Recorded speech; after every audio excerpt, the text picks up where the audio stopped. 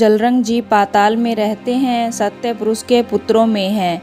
उनको आज्ञा मिली कि जो कोई पृथ्वी पर जावे वो जलरंग जी को सूचित करके पृथ्वी के मनुष्यों को मुक्ति का पान दे, परम धाम को पहुँचावे। साहब ने जलरंग जी की बड़ी मर्यादा बढ़ाई है। जब कबीर साहब पृथ्वी पर आए, 7 लाख हंसों को मुक्त करके अपने साथ लेकर लोक को चले, उस समय जलरंग जी के स्थान को गए। जलरंग जी ने पूछा कि आप कौन अंश हो, यहाँ कैसे आए हो? कबीर साहब ने कहा कि हम ज्ञानी अंश हैं, पृथ्वी पर मनुष्यों को मुक्ति देने के निमित्त गया था। अब 7 लाख हंसों को लेकर सत्यलोक चला हूँ। इस बात पर जलरंग जी के मन में कुछ अहंकार आया कि मैं सत्य पुरुष का अंश हूँ। बिना मेरी आज्ञा के कबीर साहब पृथ्वी पर कैसे गए तथा पृथ्वी के हंसों को लेकर चले हैं? कबीर साहब ने कहा कि सत्य पुरुष की आज्ञा के विरुद्ध आपने ऐसा कार्य क्यों किया? ऐसा घमंड कबीर साहब ने जलरंग जी के मन में देखा, जान लिया कि इसने मुझको नहीं पहचाना, इस कारण ही ऐसा कहता है। समस्त कौतुक व सत्य गुरु आप ही करता है। इस कारण जलरंग जी का घमंड तोड़ने के निमित्त उन्होंने कुष्टम पक्षी का प्रसंग छेड़कर कहा कि मैं कुष्टम नामक एक पक्षी के पास गया था। वह सत्य गुरु का हंस है, पक्षी की सूरत में है। वह मुझसे अनगिनती युगों सैकड़ों की ही उत्पत्ति, स्थिति और विनाश की कथाएं कहने लगा। वह पक्षी बड़ा ही तेजोमय है। जब कुष्टम जी के इस विवरण को सुनकर जलरंग जी के मन में दर्शन की बड़ी उमंग उत्पन्न हुई। कबीर साहिब से कहा कि अब मुझको उनका दर्शन कराओ। आपने आज्ञा दी कि विमान प्रस्तुत कराओ। उसी समय विमान प्रस्तुत हुए। जलरंग जी समस्त हंसों को लिए कुष्टम ऋषि के दर्शन को चले। एक पल में कुष्टम ऋषि के आश्रम निरंतर द्वीप में जा पहुँचे। वहां पहुंचकर देखा तो कुष्टम ऋषि के द्वार पर 2 द्वारपाल खड़े थे। उन्होंने भीतर जाकर पक्षी को समाचार दिया। पक्षी की समाधि लग रही थी। कबीर साहब ने अपने शब्द से पक्षी की समाधि खोल दी। द्वारपालों ने कहा कि महाराज ज्ञानी जी और जलरंग जी करोड़ों हंसों सहित आपके द्वार पर दर्शनार्थ खड़े हैं। जलरंग तथा ज्ञानी को भीतर आने की आज्ञा दी, दूसरे किसी को नहीं दी। ज्ञानी और जलरंग जी भीतर गए। जलरंग ने देखा तो उस पक्षी का ऐसा तेज था कि मानो करोड़ों सूर्य और चंद्र उसके प्रकाश के सामने तुच्छ हैं। बड़ा प्रकाशित तथा तेजस्वी मुख देखकर जलरंग जी ने स्तुति की। पूछा कि आप पक्षी स्वरूप क्यों हो? तब कुष्टम ने कहा कि मैं कबीर साहब का चेला हूँ, उनकी आज्ञा का उल्लंघन किया, इस कारण मेरा स्वरूप इस प्रकार का हो गया। यह बात सुनते ही जलरंग जी का घमंड पृथक हो गया। जान लिया कि कबीर साहब स्वयं सत्य पुरुष हैं, इसमें तनिक भी संदेह नहीं। जलरंग जी कबीर साहब की वंदना स्तुति करते हुए अपनी बुद्धि पश्चाताप करके सत्य गुरु के सेवक बन गए। जिस युग में धनुष मुनि थे उस युग का नाम भयामंत युग था। उस युग की अवधि 10 लाख वर्ष की थी। 1200 वर्ष मनुष्य की आयु होती थी। ग्रंथ अम्बु सागर में 17 युगों की कथा है। 17 युगों में एक युग का नाम भयामंत युग है। इसी समय यह ऋषि था जिसे कि धनुष मुनि कहते हैं। यह धनुष मुनि अपने समय के बहुत बड़े योगी थे, जो अपने योग तथा प्राणायाम के बल से बहुत काल पर्यंत जीवित रहते थे। उन्होंने अनेकानेक उत्पत्ति, स्थिति और विनाशों को देखा है। जब कबीर साहब उनको मिले तब कबीर साहब ने तब से क्षीणकाय हुए धनुष ऋषि से पूछा कि आप किस लिए इतना कष्ट उठा रहे हैं? यह सुनकर उक्त ऋषि ने उत्तर दिया कि मैं मूल वस्तु के लिए तप करता हूँ, अजपा जाप करता हूँ।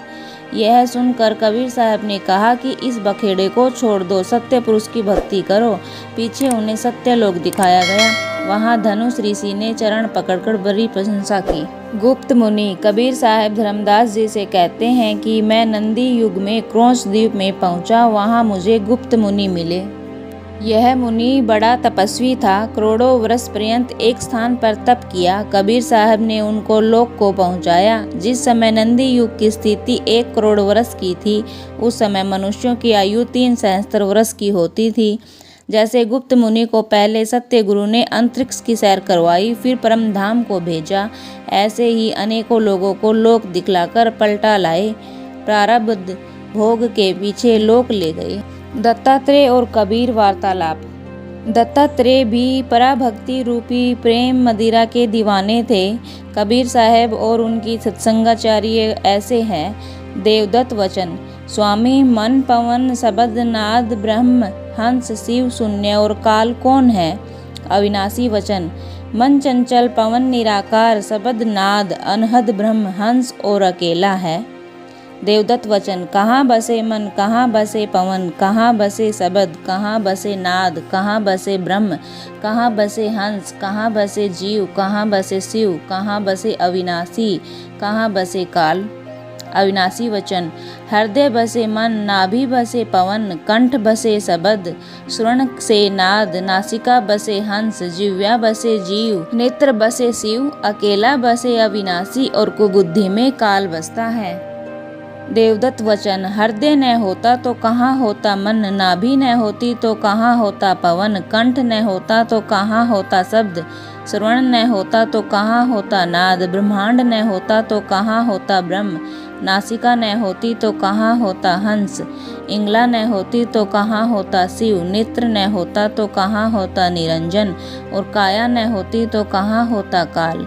अविनाशी वचन हृदय न होता तो मन निर्नेव होता, नाभि न होती तो शब्द निराकार होता, श्रवण न होता तो नाद निराधार होता, मुख न होता तो ब्रह्म मध्य में होता, नासिका न होती तो हंस सत्य में होता, इंगला न होती तो चंद में जीव होता, पिंगला न होती तो शिव सूर्य में होता, पुत्र न होता तो निरंजन होता, निरंतर काया न होती तो काल शून्य में होता। देवदत्त वचन हे स्वामी मन का कौन जीव है, पवन का कौन जीव है, काल का कौन जीव है? अविनाशी वचन पवन का जीव शब्द, शब्द का जीव नाद, नाद का जीव बीज, बीज का जीव हंस, हंस का जीव ना जीव। देवदत्त वचन स्वामी कहाँ से निरंजन की उत्पत्ति है, कहाँ से पवन की उत्पत्ति? अविनाशी वचन आदि से सत्य उत्पन्न है, सत्य से तत् उत्पन्न है, तत् से शब्द, शब्द से उत्पन्न अलेख है, अलेख से उत्पन्न अलील है, अलील से उत्पन्न निरंजन है, निरंजन से उत्पन्न शिव है, शिव से उत्पन्न जीव है, जीव से उत्पन्न हंस है, हंस से उत्पन्न ब्रह्म है, ब्रह्मनाद से उत्पन्न शब्द है, शब्द से पवन और पवन से मन उत्पन्न है।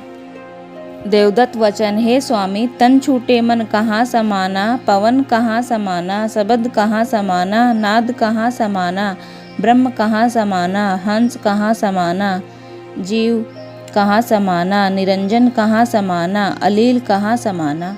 अविनाशी वचन तन छूटे मन पवन में समाना, पवन शब्द में समाना, शब्द नाद में समाना, नाद ब्रह्म में समाना, ब्रह्म हंस में समाना, हंस जीव में समाना, जीव शिव में समाना, शिव निरंजन में समाना, निरंजन अलील में समाना, अलील अलेख में समाना, अलेख आदि में समाना, आदि सत्य में समाना, सत्य आप ही आप है, माता नहीं, बाप नहीं, गांव नहीं, ठाव नहीं, जन्म नहीं, मरण नहीं, रूप नहीं, रेख नहीं, दूर नहीं, नीरे नहीं।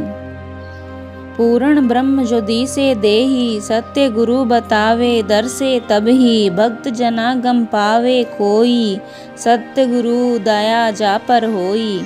यह दत्त और कबीर के सत्संग का अमृत दौर है जिसे पीकर मनुष्य हो जाता है।